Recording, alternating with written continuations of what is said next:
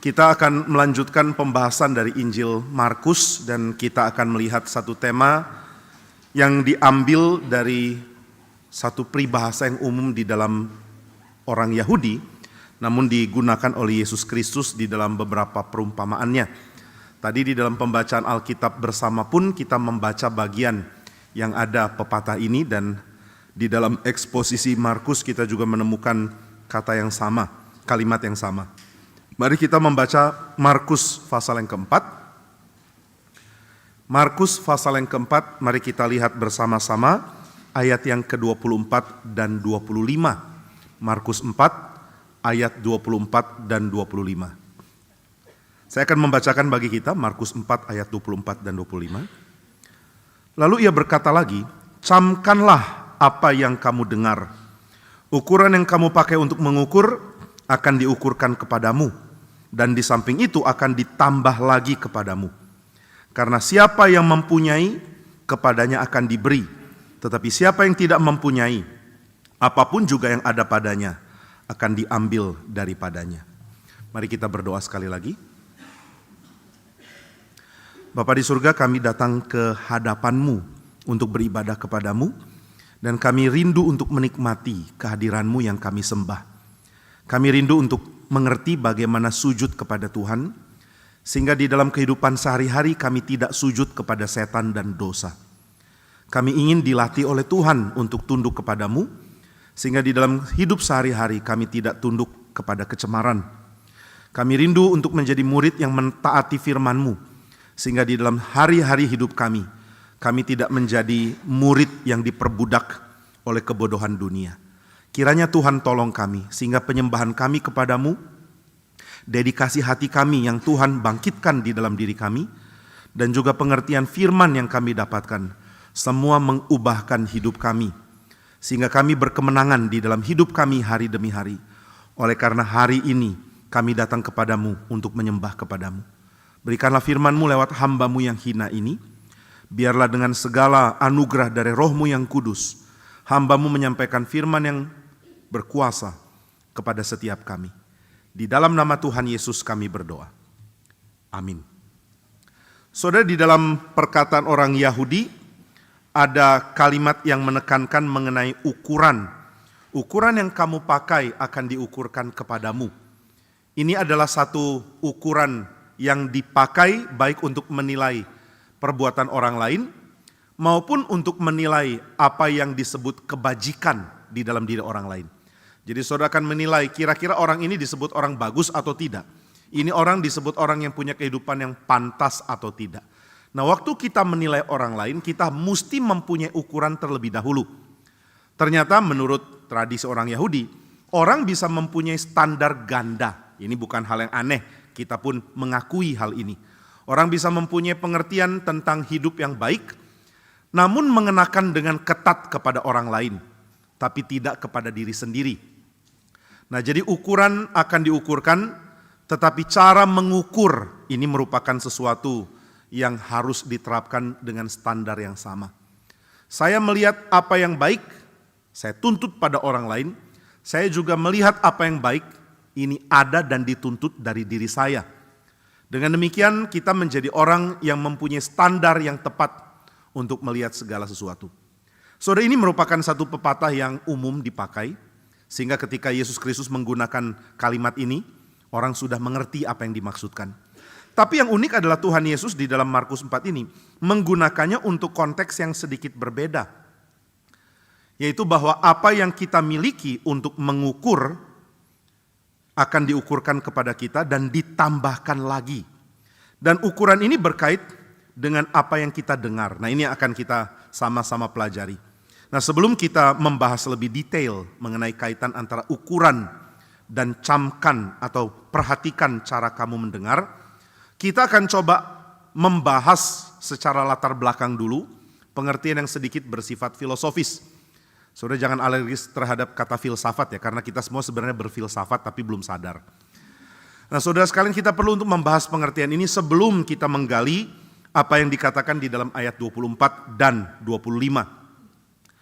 Nah, itu sebabnya kita perlu meneliti apa yang dimaksud dengan mengukur. Di dalam pikiran dari seorang filsuf Prancis di abad 20, namanya adalah Paul Ricoeur. Paul Ricoeur menulis buku Time and Narrative. Dan di dalam buku ini, dia mengatakan bahwa manusia akan menggunakan cara melihat saat ini untuk belajar segala hal, termasuk hal di masa lalu. Jadi saudara akan belajar masa lalu termasuk sejarah, tapi sudut pandang yang saudara pakai adalah sudut pandang sekarang. Sekarang saudara menghadapi apa? Saudara sedang mengalami apa?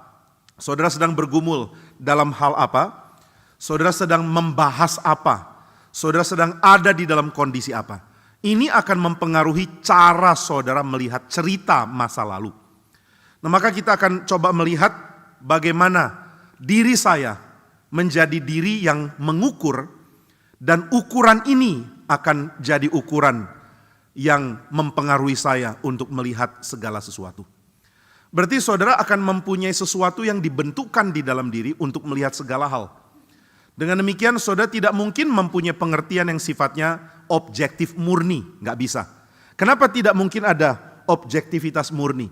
Karena kita tidak mungkin tidak melibatkan diri di dalam melihat segala sesuatu. Dan ketika saudara melihat hal yang di luar, saudara kaitkan dengan apa yang ada di dalam diri yang dibentukkan ke dalam diri saudara. Nah, maka saudara sekalian, kita perlu melihat apa yang sebenarnya membentuk diri, supaya kita mengerti bagaimana diri kita melihat hal di luar kita. Nah, saudara sekalian, ketika kita berusaha membaca situasi, diri kita adalah tools untuk baca. Diri kita, pikiran kita, komitmen kita, cara kita memahami, ini semua berkait untuk kita melihat segala sesuatu. Nah, maka saudara, yang kita perlukan untuk menjadi bijak bukan hanya suasana baru, tapi kita perlu cara melihat yang benar. Kalau hidup kita sulit, kita mengatakan, ya jelas saya akan menjadi orang yang buruk keadaannya. Karena kehidupan saya sulit. Di dalam kehidupan yang sulit, saya akan jadi orang yang pahit. Tapi saudara sekalian, cara lihat ini penting. Ada orang mengalami kehidupan sulit, tetapi ternyata dia berespons dengan cara yang berbeda. Nah, kalau begitu bagaimana saya membentuk diri saya? Ini penting untuk membuat saya melihat segala sesuatu. Nah, di dalam perkataan Tuhan Yesus, perhatikan cara kamu mendengar. Ini adalah yang memulai, kalimat yang memulai ayat yang ke-24 dari pengajaran Tuhan Yesus. Perhatikanlah apa yang kamu dengar, camkan apa yang kamu dengar. Cara mendengar firman, ini kunci paling penting untuk membentuk diri di dalam melihat suasana di luar. Nah, saudara sekalian, apapun situasi yang Tuhan berikan kepada kita, kita akan jalani dengan penuh berkat, asal kita punya kemampuan untuk mendengar. Banyak orang tidak mempunyai hal ini karena mereka tidak mempedulikan apa yang diperdengarkan kepada mereka dari firman Tuhan. Ini membedakan umat sejati dan yang bukan. Di dalam kitab suci, pendengaran adalah hal yang sangat penting. Kita perlu memahami bagaimana mendengar firman, karena mendengar akan menentukan kita punya iman atau tidak. Mendengar akan menentukan kita menyembah Tuhan atau menyembah berhala. Mendengar akan menentukan kita akan menikmati berkat dari Tuhan atau mengalami kutuk kekal di dalam pembuangan Tuhan. Mendengar akan membedakan bagaimana kita berespons terhadap situasi yang diberikan kepada kita dan membuat kita bisa menjadi berkat kepada orang lain atau kutuk kehadirannya bagi orang lain. Nah, itu sebabnya cara mendengar ini sangat penting. Mari kita yang sudah beriman kepada Tuhan belajar untuk mengerti dan memberikan penghargaan pada mendengar. Di dalam Ulangan pasal yang ke-6, Tuhan memerintahkan Israel untuk mendengar. Dengarlah hai Israel, Tuhan itu Allahmu, Tuhan itu Esa. Ini kalimat yang menjadi satu fondasi iman bagi orang Israel. Shema Israel, Yahweh Eloheinu, Yahweh Echad. Ini kalimat dipegang untuk menjadi dasar yang membedakan apakah orang ini milik Tuhan atau tidak. Apakah pengertian bahwa Tuhan itu Esa, itu pengertian yang paling penting? Iya. Tapi kenapa ini bisa disebut pengertian penting? Karena saya tahu apa yang harus saya dengar. Ketika saya mendengar, saya mengerti bagaimana mendengar. Dan saya menjadi orang yang menanamkan apa yang saya dengar di dalam hati dan di dalam cara saya melihat hidup. Nah itu sebabnya sepanjang hidup kita sedang belajar, dan pelajaran yang kita miliki adalah pelajaran untuk melihat hidup dengan cara yang berkait dengan diri. Saudara melihat alam, saudara tidak mungkin tidak kaitkan alam dengan diri. Saudara melihat lingkungan, saudara tidak mungkin tidak kaitkan lingkungan dengan diri. Maka siapa diri saya menentukan apa yang saya lihat. Tapi siapa bisa tentukan siapa diri saya? Di dalam kehidupan manusia kita tidak bisa memberikan satu pola emas bahwa saya adalah saya yang paling asli di dalam waktu tahun segini sampai segini. Nggak bisa. Kalau ditanya siapakah Jimmy Pardede, saya akan mengatakan ya saya. Lalu ada orang misalnya tanya lagi, engkau jadi Jimmy Pardede yang paling mencerminkan Jimmy Pardede itu kapan? Wah, saya nggak bisa jawab. Apakah saya umur 17 adalah puncak saya menjadi Jimmy Pardede? Apakah diri saya menjadi diri seutuh-utuhnya waktu umur 20? Apakah saya masuk ke dalam periode emas waktu umur 30? Atau sekarang? Atau nanti tahun depan? Atau 2 tahun lagi? Atau kapan? Nah ini semua adalah hal yang membingungkan. Kita tidak tahu harus taruh diri kita yang sempurna di mana. Diriku yang paling baik di mana? Nah di dalam masa hidup kita tidak mempunyai pola yang tepat untuk mengatakan bahwa diriku menjadi diri yang sempurna pada waktu ini. Nah tapi saudara sekalian, ketika kita coba lihat ke masa lalu, kita coba cari tahu sebenarnya saya siapa ya? Saya di dalam segala kesempurnaannya itu seperti apa? Ini sesuatu yang tidak mungkin kita temukan karena kita terus dibentuk oleh Tuhan. Pembentukan kita belum selesai.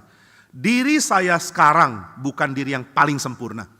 Lalu kapan diri yang paling sempurna itu terbentuk? Saudara, kita ini diciptakan untuk nanti berpadu di dalam Kristus. Kita dirancang untuk mempunyai kesempurnaan in Christ di dalam Kristus. Maka kesempurnaan kita tidak mungkin terjadi sampai sang pengantin sejati dari gereja, yaitu Yesus Kristus, tiba kembali di dalam kedatangan kedua. Jadi kapan Jimmy Pardede yang sempurna akan terjadi? Nanti waktu Yesus datang kedua kali. Kapan saudara yang sempurna akan terbentuk? Pada waktu Tuhan Yesus datang kedua kali. Oh kalau begitu seluruh kehidupan kita sekarang menjadi kosong. Menjadi nothing. Menjadi tidak ada arti. Hanya momen kehadiran Kristus kedua itu yang penting. Begitukah? Salah. Seluruh momen hidup kita sangat penting. Namun kesempurnaan dari seluruh pembentukan yang kita dapatkan. Ini akan menjadi sempurna pada waktu Yesus Kristus datang kembali kedua kali nanti. Namun Alkitab memberikan peringatan bahwa kesempurnaan yang kita miliki ini adalah kesempurnaan di dalam Kristus. Namun apakah kita akan mendapatkan kelimpahan perkenanan Tuhan atau tidak? Ini juga akan ditentukan nanti. Apakah pembentukanku secara sempurna akan terjadi? Iya. Apakah aku dengan maksimal sudah menjalankan hidup? Belum tentu. Lalu bagaimana supaya aku memaksimalkan itu? Cara satu-satunya adalah memperhatikan bagaimana saya mendengar. Bagaimana saya mendengar akan menentukan apakah hidup yang saya jalankan dengan limpah atau tidak. Apakah saya berhasil menjalankan kehidupan di dalam totalitas rencana Tuhan atau tidak. Saudara, ketika kita lihat ke belakang dari hidup kita akan sadar ada begitu banyak aspek yang kita luput. Kita luput kerjakan apa yang benar. Kita luput kerjakan apa yang harusnya kita kerjakan. Dan kita tidak mau peduli hal-hal yang rusak yang terus kita pegang. Nah maka ketika kita telusuri hidup ke belakang, kita akan menyesal. Kita mengatakan saya sudah buang waktu hidup. Saya sudah jalani tahun-tahun hidup dengan kondisi yang buruk dan kondisi yang sepertinya tidak bisa diperbaiki. Namun momen masa lalu ini selalu mempunyai titik penebusan. Bahwa ketika saya melihat masa lalu, saya melihat banyak hal yang rusak. Namun waktu saya melihat ke depan, diri saya saat ini menjadi pengukur. Apakah ada kemungkinan saya di masa depan akan lebih baik dibandingkan masa lalu? Apakah ketika saya lihat masa depan ada pengharapan untuk melihat diri yang lebih baik atau tidak? Nah ini semua adalah refleksi ketika kita mengingat momen-momen tertentu di dalam masa hidup kita. Saudara sekalian, masa hidup kita adalah masa hidup yang selalu mempunyai kesadaran akan waktu, kesadaran akan apa yang kita lewati, dan kesadaran tentang pengharapan yang kita ingin dapatkan di depan. Saya ingat masa lalu saat ini saya bergumul, apakah masa depan saya akan lebih baik atau tidak. Dan momen pergumulan ini penting untuk dimiliki. Kadang-kadang momen pergumulan ini muncul ketika kita berulang tahun. Ini momen yang membuat kita refleksi ya, bukan momen pesta sebenarnya. Ada orang yang berulang tahun, lalu dia katakan, ulang tahun adalah saat di mana kita meratap karena kita sudah kehilangan momen. Tahun-tahun hidup sudah dijalani dan ada banyak kegagalan. Tapi tahun ini juga bisa menjadi tahun untuk kita refleksi dan lihat apakah ke depan ada pengharapan atau tidak. Apakah saya bisa menjadi orang yang lebih baik atau tidak. Apakah Tuhan masih beri kesempatan atau tidak? Nah, apa yang membedakan masa lalu dan pengharapan masa depan? Orang kalau tidak punya pengharapan, dia akan lihat masa lalu dan dia akan menjadi sangat-sangat putus asa. Kenapa putus asa? Karena dia tidak lihat ada pengharapan. Kenapa tidak lihat ada pengharapan? Karena diri saya yang lalu, mana bisa beda dengan diri saya di masa depan? Kalau di masa lalu saya gagal, kenapa di masa depan saya bisa lebih baik? Kalau di masa lalu saya orang yang rusak, apa yang membuat saya beda di masa yang akan datang? Kalau di masa lalu saya tidak mampu menjalankan panggilan yang Tuhan berikan, apa yang menjamin di masa depan saya bisa berubah? Nah, ini merupakan refleksi yang sangat penting. Orang yang tidak suka berpikir adalah orang yang hidupnya tidak pernah limpah. Orang yang merenung tentang makna hidup adalah orang yang mempunyai pengharapan. Tapi setelah dia merenung, dia cari di mana jawaban dari pertanyaan saya. Bisakah aku menjadi orang yang lebih baik di waktu yang akan datang? Bagaimana cara aku melihat diriku sebagai orang yang lebih baik? Nah, dia mesti melihat kemampuan Tuhan untuk memberikan sudut pandang yang beda sebagai pengharapan. Saudara, apa yang membuat orang berubah? Cara berpikir, ini dikatakan di dalam Roma 12. Kalau cara berpikir saya masih sama, lupakan perubahan. Kalau cara pikir saya diubahkan, maka ada harapan untuk berubah. Saya memberikan contoh kepada saudara, seorang anak, dia cuma tahu bagaimana menikmati kesenangan saat ini. Nah, banyak orang sudah tua pun masih anak-anak ya, cuma tahu menikmati saat ini. Ini namanya adalah bayi tua. Sudah tua mirip bayi, sudah tua masih seperti kanak-kanak. Nah, tapi kanak-kanak cuma tahu menikmati saat ini. Dia tidak bisa menunda gratifikasi yang dia inginkan. Mau senang, mau. Bagaimana cara senang? Dengan melakukan kesulitan demi kesulitan di dalam waktu yang konsisten, supaya nanti bisa ada momen saya menikmati apa yang saya mau. Nah, ini orang yang lebih dewasa. Tapi kalau anak-anak cuma tahu pokoknya mau, harusnya diberi sekarang. Saya mau makan permen, cepat berikan permen. Aku ingin minum es krim, aku mau dapat es krim sekarang. Nah, ini cara berpikir anak-anak. Tapi ketika kanak-kanak ini berubah, yang bikin dia berubah bukan tambah usia. Umurmu berapa? 5 tahun. Oh, berarti kamu masih kanak-kanak? Iya, aku mau permen, mau sekarang. Nah, dia masih kanak-kanak. Tapi kalau kita tanya umurmu berapa? 25 tahun. 25 tahun, sudah dewasa? Belum tentu. Apakah pola pikirnya masih sama atau tidak? Waktu ditanya, kamu mau apa? Aku mau permen sekarang. Wah, ini namanya bayi umur 25 tahun. Lalu apa yang bikin orang berubah? Yang bikin orang berubah adalah cara berpikir. Di dalam masa hidupnya dia mulai dapat pelajaran. Baik dari orang tua maupun dari teman-temannya. Sehingga dia mempunyai switch cara berpikir. Wah, sekarang saya mengerti. Apa yang saya inginkan tidak tentu saya dapatkan sekarang. Sekarang saya mengerti bahwa saya mempunyai kewajiban.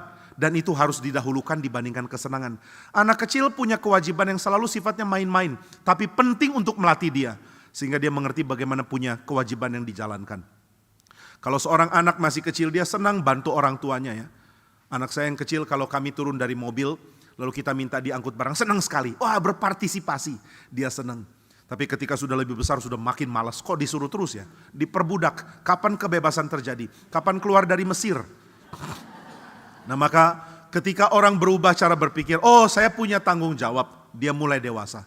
Oh saya punya keharusan untuk menjalankan tugas, dia menjadi lebih dewasa. Oh ternyata kesenangan tidak tentu saya dapat. Hidup bukan tentang apa yang saya mau, tapi hidup itu adalah tentang apa yang pantas. Nah, cara berpikir ini akan mendewasakan orang.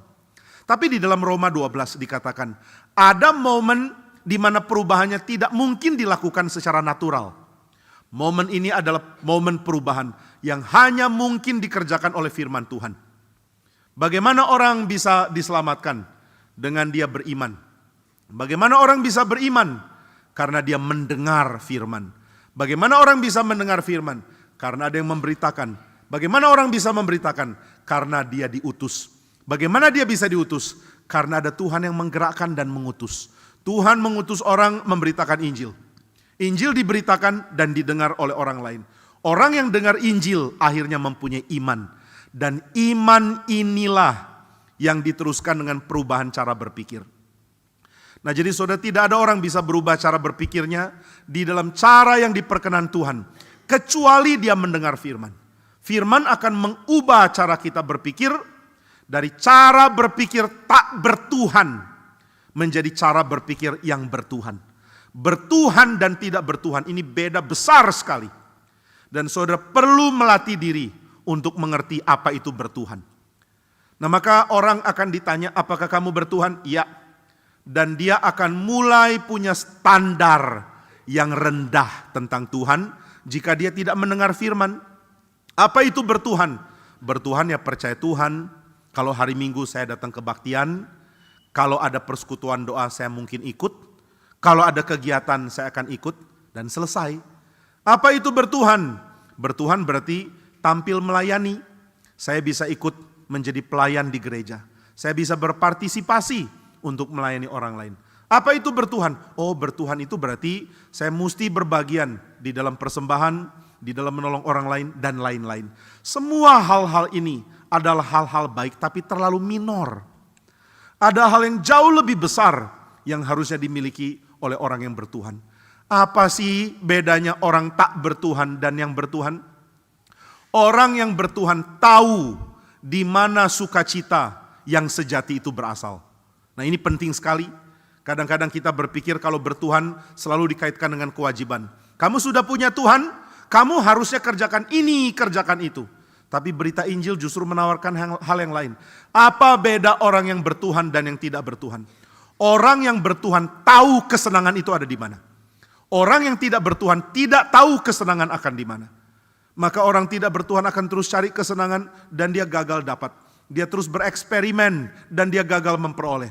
Dia terus berspekulasi dan dia tidak menemukan kesenangan yang sejati.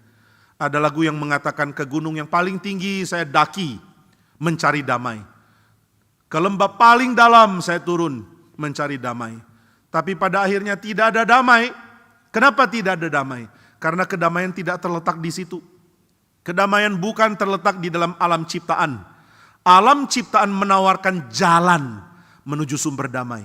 Alam ciptaan menawarkan jalan menuju sumber sukacita.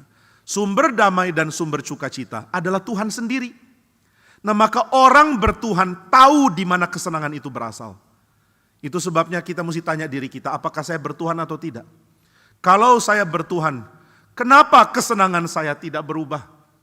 Kalau saya bertuhan, kenapa saya tidak mencari di jalan yang benar untuk memperoleh kesenangan itu? Banyak orang akan menempuh apapun kalau dia tahu apa yang menanti di ujung.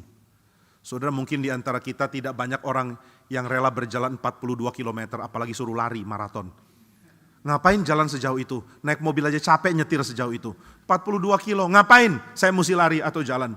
Tapi kalau ada yang mengatakan kepada saudara, jika engkau mau jalan kaki 42 km, di ujung akan ada BMW model terbaru.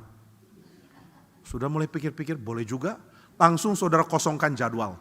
Saudara mulai pikir jalan 42 kilo perlu berapa jam ya? 6 jam, 8 jam, karena jalan. Lalu saudara mulai pikir, kalau begitu saya kosongkan waktu. Kenapa kosongkan waktu? Karena saya mau jalan. Kok tumben mau jalan? Karena di ujung ada sesuatu. Nah, karena dia tahu ada apa. Orang bertuhan tahu di dalam ujung hidup ada Tuhan. Dan di situ sumber sukacita yang sejati. Maka dia akan cari di situ. Nah, ini penting sekali untuk kita pahami. Jika saudara terus melihat Tuhan sama dengan kewajiban, Tuhan sama dengan keharusan, maka kita belum bertuhan. Karena Tuhan tidak jadi sumber sukacita kita. Kita akan cari Tuhan sebagai kewajiban, dan kita akan cari dunia sebagai sumber kesenangan. Dan ini merusak. Ada yang mengaitkan Tuhan dengan moral. Apa itu Tuhan? Tuhan itu kudus, dan memang benar dia kudus. Apa yang membedakan orang bertuhan dan tidak bertuhan? Orang bertuhan hidupnya harus beres. Orang bertuhan tidak boleh jatuh dalam dosa. Orang bertuhan harus hidup dengan menyingkirkan dosa. Dan ini semua benar. Saya tidak bilang ini salah. Orang bertuhan harus hidup suci. Harus bertobat dari dosanya. Harus tinggalkan dosa. Tapi kenapa? Orang yang bertuhan akan mengatakan, saya harus tinggalkan dosa supaya saya menikmati Tuhan. Karena itu yang saya mau. Dosa menghalangi saya menikmati Tuhan. Dosa memberikan saya sengsara besar karena tidak ada sisi netral. Entah engkau akan sangat menikmati Tuhan atau engkau akan hidup dengan penuh kesengsaraan. Di dalam Mazmur dikatakan banyak duka cita dari orang berdosa. Ini jadi kalimat yang sangat diingat oleh orang reform karena kesaksian di Kapin dari Michael Liu selalu akan ada kalimat many are the sorrows of the wicked. Ini kutipan dari Mazmur. Banyak sengsaranya orang berdosa. Enggak ada sisi netral. Entah kita sukacita berlimpah di dalam Tuhan atau kita mengalami kekosongan penderitaan karena kita hidup tak bertuhan. Nah, maka apakah mempunyai Tuhan berarti saya harus hidup benar, harus hidup suci, harus hidup meninggalkan dosa? Ya, tapi bukan itu yang paling utama. Orang Farisi merasa ini yang paling utama. Maka mereka menganggap mereka sudah beres. Kami sudah bertuhan. Kenapa sudah bertuhan? Karena 1 minggu kami puasa 2 kali. Kami memberikan perpuluhan untuk setiap hasil, bahkan hasil ladang yang tidak diperintahkan untuk beri perpuluhan. Kami tetap beri. Kami punya kesetiaan menjalankan Taurat lebih giat dari siapapun. Di dalam menjalankan aturan Tuhan kami tidak bercacat. Kami sudah bertuhan. Tapi pertanyaan berikutnya, di mana sukacitamu terletak? Ternyata sukacita mereka terletak di dalam pengakuan. Kami sudah jalani Taurat dan engkau mengakui kami sebagai orang suci. Itulah sukacita kami. Maka Tuhan mengatakan, ya sudah, kamu sudah dapat upahmu. Itu kan yang kamu mau. Kamu mau dihormati orang, kamu mau dikagumi orang, kamu mau dianggap penting, kamu mau dianggap hebat, silakan dapat. Dan Tuhan akan mengatakan itu adalah hal yang jadi upahmu dan itu upah yang bodoh sekali. Kenapa cari apa yang rendah? Nah, maka pertanyaannya, apa yang membedakan orang yang bertuhan dan tidak? Orang yang bertuhan tahu di mana sukacitanya terletak dan dia akan kejar itu. Dan sukacitanya terletak di dalam Tuhan. Nah, itu sebabnya mari ubah cara kita berpikir. Tapi bagaimana cara berpikir diubah? Dengan firman. Firman mengubah cara berpikir. Firman memberi iman. Firman memberi hidup. Firman begitu penting. Tetapi kenapa ya? Ada orang dengar firman, hidupnya langsung berubah. Ada orang dengar firman, hidupnya tetap sama. Kenapa ada orang menikmati hidup Kristennya dengan meninggalkan dunia? Kenapa ada orang selalu 2 kaki? 1 kaki di gereja, 1 kaki di kesenangan dunia. Dua-duanya masih mau dia ambil. Karena dia tidak mengerti kesenangan sejati di dalam Tuhan. Kasihan orang seperti ini. Orang seperti ini adalah orang yang sudah begitu dekat dengan kemuliaan, tapi masih pilih kehinaan. Sudah begitu dekat dengan keadaan limpah, tapi masih pilih kemiskinan sebagai penghiburan hatinya. Nah, itu sebabnya orang yang masih 2 kaki, ayo angkat kakimu yang 1, tapi jangan yang ke Tuhan yang diangkat ya. Angkat kakimu yang terlalu menikmati lumpur dunia. Angkat dan berdirilah di dalam iman kepada Tuhan. Perhatikanlah cara kamu mendengar. Inilah kuncinya.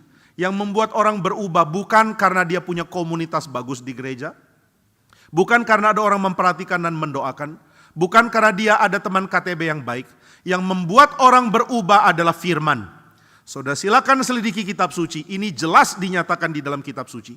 Maka gereja kalau sudah tidak mempercayai mimbar, gereja itu akan ditinggalkan oleh Tuhan. Gereja itu akan dipenuhi oleh orang-orang yang tidak memiliki perubahan cara berpikir.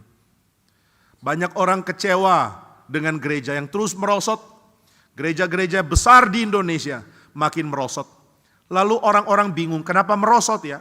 Ajak anak muda pergi ke gereja, anak muda nggak mau ke gereja, bosen, di gereja membosankan. Kenapa membosankan? Saya beritahu kenapa membosankan. Karena tidak ada Tuhan di situ. Tuhan sudah pergi meninggalkan gereja-gereja ini.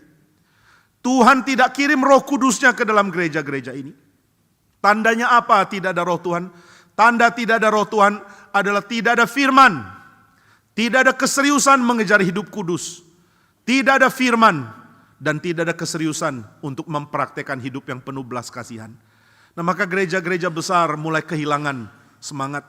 Gereja menjadi rutinitas yang dihadiri, menjadi persekutuan yang tidak ada makna, menjadi kegiatan dengan prioritas level rendah. Orang bisa tidak ke gereja hanya karena hal sepele. Gereja bukan lagi hal yang penting. Dari ribuan keluarga menjadi anggota gereja, mulai turun jadi hanya ratusan. Dari puluhan ribu menjadi hanya ribuan. Gereja-gereja besar mulai mengalami penurunan. Anak-anak muda tidak suka pergi ke gereja. Kenapa ya? Karena tidak ada firman. Tetapi saudara sekalian, apa yang diubah dalam gereja? Bukan firmannya. Yang diubah adalah cara nyanyi. Yang diubah adalah lagu-lagu. Yang diubah adalah musik. Yang bikin orang gak mau ke gereja itu piano. Gara-gara piano orang gak ke gereja. Berarti gara-gara Bu Fei orang gak mau ke gereja. Kenapa pakai piano? Orang gak mau ke gereja, ganti alat musiknya. Bukan, orang gak mau ke gereja karena tidak ada firman. Kenapa bukan firman yang diubah? Kenapa bukan cara memberitakan firman yang diubah? Mari lebih belajar setia. Mari sampaikan apa yang Tuhan mau. Mari jadikan mimbar isi hati Tuhan yang dicurahkan. Mari tidak peduli apa yang orang suka atau tidak. Mari belajar peduli apa yang Tuhan suka atau tidak.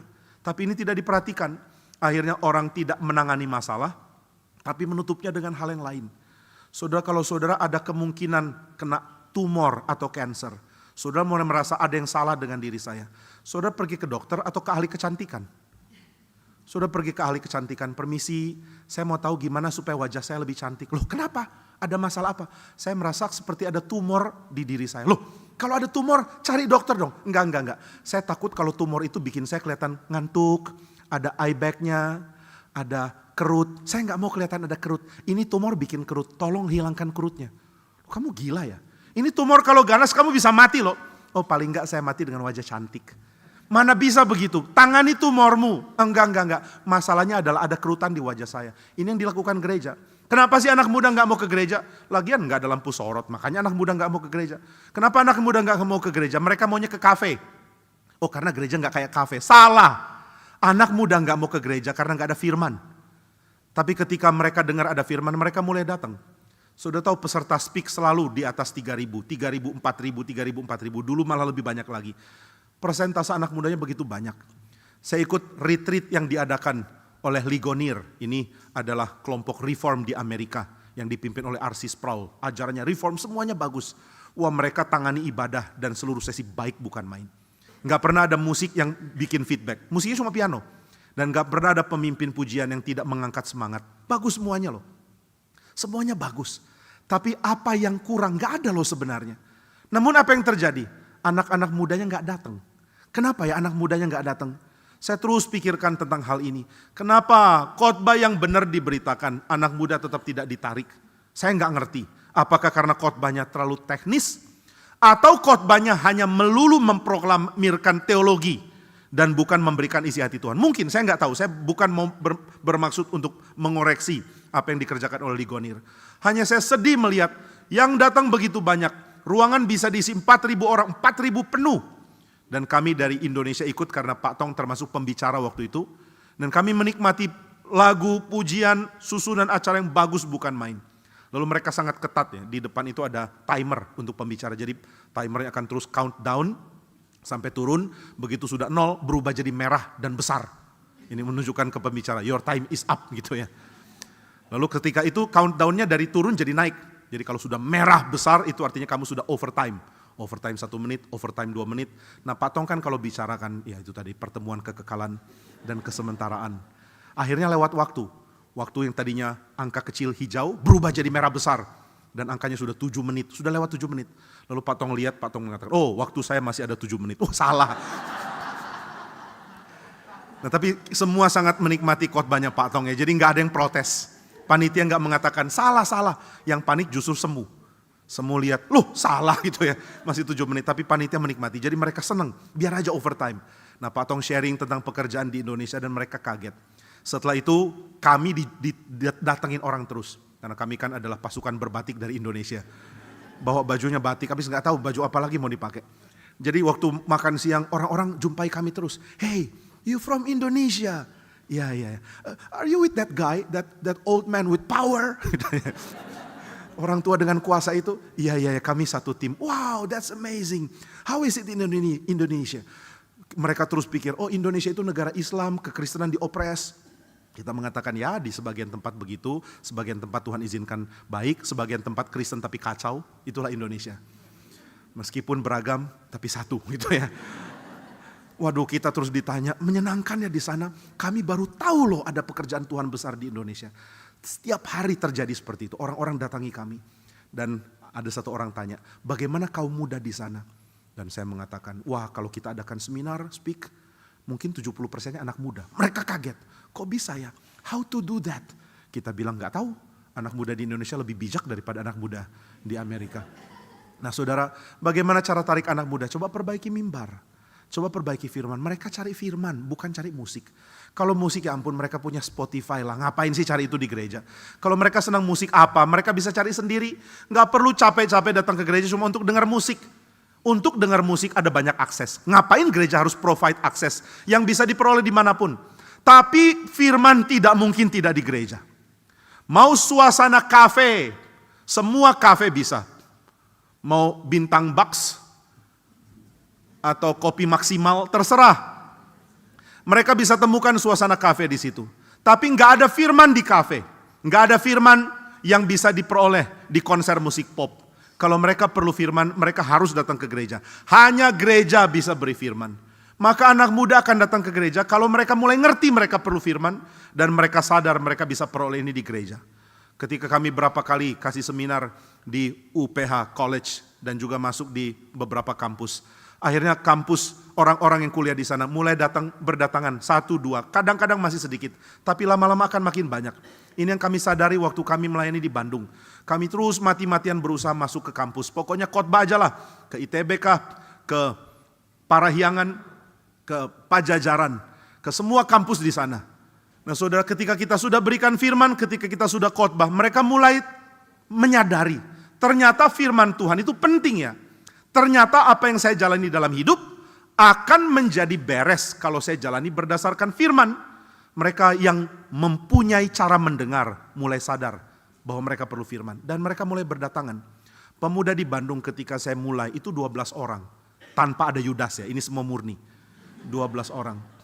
Lalu jumlah kami terus bertambah. Akhirnya sempat ada 80 konsisten. Kalau di Karawaci ya sudah di atas 100 ya. Tetapi bagaimana bisa bertambah ya? Dari cuma 12 terus tambah. Nggak ada strategi penjangkauan kok. Nggak ada games dan lain-lain. Mereka bisa main game di HP kok. Ngapain gereja provide game untuk menarik? Kenapa mereka datang? Kenapa dari 12 bisa jadi 80? Karena firman. Nggak ada cara lain. Karena perbaiki cara saya mendengar. Lalu memperbaiki cara saya menyampaikan. Supaya orang memperbaiki cara mereka mendengar. Dan menerima apa yang disampaikan. Ini satu-satunya cara untuk church growth. Beritakan firman lewat penginjilan dan beritakan firman lewat mimbar. Gereja tidak mungkin tidak bertumbuh. Nah maka saudara sekalian, prinsip ini penting sekali. Bagaimana orang berubah dari tidak bertuhan menjadi bertuhan dengan mendengar firman. Apa yang membuat berubah? Karena firman. Apa perubahan itu? Sekarang saya tahu sukacita sejati ada di mana. Tuhanku adalah sumber sukacitaku. Tuhanku adalah sumber kesenanganku. Tuhanku adalah sumber damaiku. Aku tidak mau lagi sukacita palsu yang ditawarkan dunia. Saudara mulai merasa bosan dengan dosa. Saudara mulai merasa marah sama dosa. Saudara mulai merasa benci kepada dosa. Karena saudara menemukan kesenangan yang baru. Dan saudara merasa saudara pernah ditipu oleh setan. Maka saudara ingin tinggalkan yang lama dan datang kepada yang baru. Ini semua terjadi karena firman. Kalau saudara mengatakan ada kok Pak orang sudah dengar firman gak berubah. Ya karena mereka tidak perhatikan cara mendengar. Jangan gunakan orang yang tidak punya telinga menjadi standar untuk sebuah perkataan itu bagus, efektif atau tidak. Saudara kalau dengar orang, saudara kalau minta pendapat orang.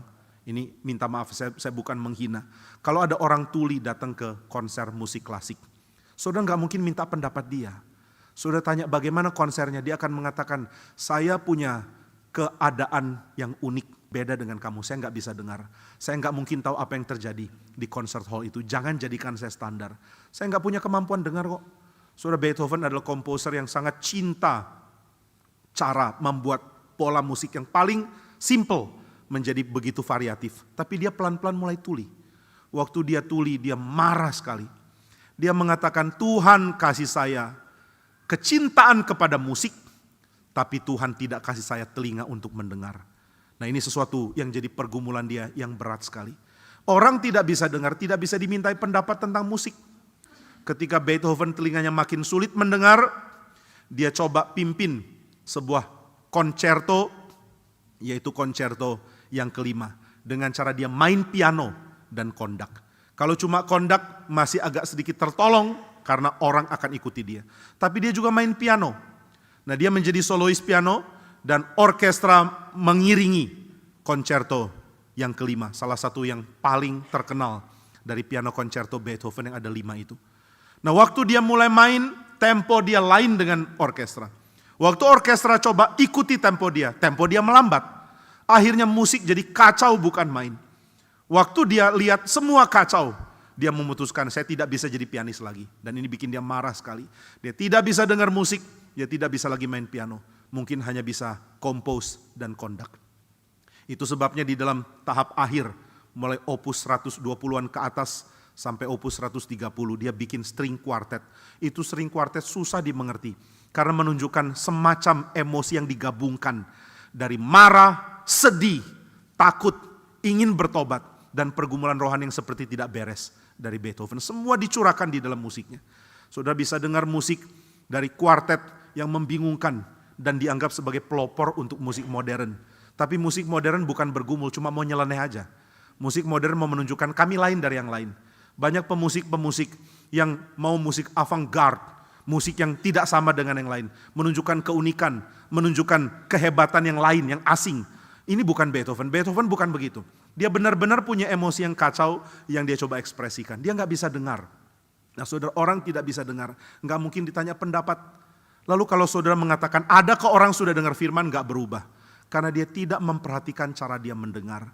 Mendengar itu perlu cara. Dan itu yang Tuhan Yesus ingatkan di dalam pasal yang keempat ini. Camkanlah apa yang kamu dengar. Atau dengan terjemahan lain, perhatikanlah cara mendengar. Bagaimana mendengar firman? Coba kita pikirkan baik-baik.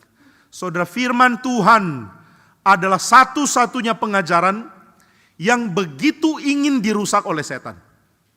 Setan paling benci saudara dengar firman. Setan tidak terlalu benci saudara dengar seminar keuangan. Setan tidak terlalu benci kalau saudara dengar seminar tentang pertanian atau apapun. Seminar musik atau seminar politik atau apapun. Tapi setan benci sekali kalau saudara dengar firman. Maka firman Tuhan adalah satu-satunya pendengaran yang saudara terima yang begitu ingin dirusak oleh setan. Kalau setan mempersiapkan diri begitu keras untuk merusak saudara dalam mendengar firman, mengapa saudara tidak mempersiapkan diri dengan begitu keras untuk melawan dia? Siapa yang kalau mau hari Minggu mempersiapkan diri baik-baik, yang mempersiapkan diri baik-baik cuma yang mau khotbah ya. Yang mau khotbah bilang, oh Tuhan besok saya mau khotbah tolong. Begitu giliran orang lain, Tuhan thank you for this holiday. Lalu enggak mempersiapkan apa-apa. Saudara harus persiapkan diri. Iblis akan mengambil firman yang diperdengarkan kepada saudara. Saudara harus lawan dia. Maka perhatikan baik-baik cara mendengar. Cara mendengar itu penting. Pendengaran yang sama diterima oleh teman saya yang preman dan dia bertobat. Pendengaran firman yang sama diterima oleh teman saya yang katanya pengurus pemuda di gerejanya. Dan dia protes dengan khotbah yang terlalu panjang. Dia protes dengan khotbah yang menurut dia cuma memancing marahnya orang lain. Kenapa bisa beda? Karena dua orang mendengar dengan cara yang beda. Minta sama Tuhan untuk saudara punya kemampuan mendengar. Jika saudara merasa saya sudah sering dengar khotbah, tapi kok enggak berubah? Mungkin saya meremehkan, mungkin saya pikir saya sudah tahu, atau saya tidak mengerti value, nilai dari khotbah itu. Waktu saya baca Alkitab, saya tidak mengerti nilainya Alkitab. Saya kurang mengerti dan saya kurang kasih usaha untuk mengerti. Saudara, kalau setelah 42 km jalan ada BMW baru, saudara akan tempuh. Kalau saudara tahu kesenangan sejati di dalam Tuhan bisa saudara peroleh dengan cara mendengar, saudara akan lebih serius memaksa diri untuk mengerti firman. Maka camkanlah cara kamu mendengar. Dan Tuhan menjanjikan siapa yang punya, ini yang dikatakannya. Siapa yang punya ayat yang ke-25, kepadanya apa yang akan diberi. Siapa yang tidak punya, apapun yang ada padanya akan diambil. Jika engkau punya kemampuan mendengar, Tuhan akan berkati engkau dengan limpah. Begitu banyak berkat limpah Tuhan akan berikan. Tapi jika engkau tidak punya kemampuan mendengar, hidupmu akan terus merosot. Makin buruk, makin buruk. Makin buruk kondisi hati. Makin buruk kedewasaan rohani. Makin buruk hidup kekudusannya makin kacau. Makin buruk karena tidak mampu mendengar. Tapi makin indah kalau mampu mendengar. Itu sebabnya bagian ini melanjutkan bagian perumpamaan penabur. Engkau sudah tahu apa yang berpotensi merusak engkau dengar firman. Sudah dengar lagi ya, ada rekamannya di YouTube. Coba dengar lagi. Apa sih yang berpotensi merusak firman? Supaya aku mampu mendengar. Dan dikatakan di dalam ayat yang ke-24, ukuran yang kamu pakai untuk mengukur akan diukurkan kepadamu, dan di samping itu akan ditambahkan lagi kepadamu. Jika engkau mampu mempunyai firman Tuhan untuk mengubah engkau cara melihat dunia, maka engkau akan melihat kelimpahan dari dunia ini. Ukuran yang engkau pakai akan diukurkan kepadamu. Jika saudara mampu lihat dunia ini sebagai tempat Tuhan menyatakan anugerahnya, saudara akan mempunyai pengukuran yang indah dari Tuhan. Tuhan akan memperkenan hidupmu. Siapa orang yang diperkenan hidupnya oleh Tuhan? Mereka yang mampu melihat hidup dari sudut pandang Tuhan. Bagaimana supaya kita mampu lihat hidup dari sudut pandang Tuhan? Perhatikanlah cara kamu mendengar. Maka ini urutan yang indah ya. Coba perhatikan cara mendengar. Dengan memperhatikan cara mendengar, saya akan mempunyai cara menilai yang baru. Waktu saya menilai segala sesuatu dengan cara yang baru, maka saya akan mempunyai kemampuan untuk melihat hidup, melihat apa yang Tuhan jadikan, dan ukuran ini akan diukurkan kembali kepada saya. Saudara melihat ciptaan Tuhan sebagai pernyataan mulia Tuhan, maka Tuhan akan memperhitungkan hal ini dan memperlimpah hidup saudara. Jadi ukuran yang engkau pakai untuk melihat akan diukurkan kepadamu. Jika hidup pahit bagi saudara, maka Tuhan akan ukurkan kepadamu, ya kalau kamu memang lihat semuanya pahit, ya hidupmu akan pahit, diukurkan balik. Tapi jika engkau lihat ada anugerah, ada pengharapan, ada pengampunan Tuhan, ada pertolongan Tuhan, ada topangan Tuhan, maka ini akan diukurkan balik kepada kita. Perhatikan cara kita mendengar, supaya kehidupan kita limpah di dalam Tuhan. Mari kita berdoa. Bapa di surga, tolonglah kami supaya kami mendengar dengan bijak, mendengar dengan benar, mendengar dengan limpah. Kiranya Tuhan memberikan kami firman yang menghidupkan kami, yang mengubah kerangka berpikir kami, sehingga kami mampu melihat anugerah Tuhan, berkat Tuhan, dan kemuliaan Tuhan dimanapun kami memandang. Tuhan, kami tahu ada banyak hal di mana kami bergumul, mungkin kami bergumul dengan penderitaan kami, sehingga kami sulit melihat anugerah Tuhan. Tapi kami tahu firman Tuhan akan menata ulang pikiran kami. Maka tolonglah kami mendengar. Biarlah ukuran yang kami pakai, yaitu ukuran dari firman, membuat kami diukur oleh Tuhan dengan cara yang sama. Dan biarlah apa yang kami peroleh adalah karena kami sudah mempunyai kemampuan mendengar. Limpahkanlah hidup kami dengan berkat yang Kau janjikan, oleh karena kami mempunyai kemampuan mendengar firman-Mu. Ubahkanlah cara kami mendengar, sehingga kami senantiasa mendengarkan firman Tuhan. Di dalam nama Tuhan Yesus kami berdoa. Amin.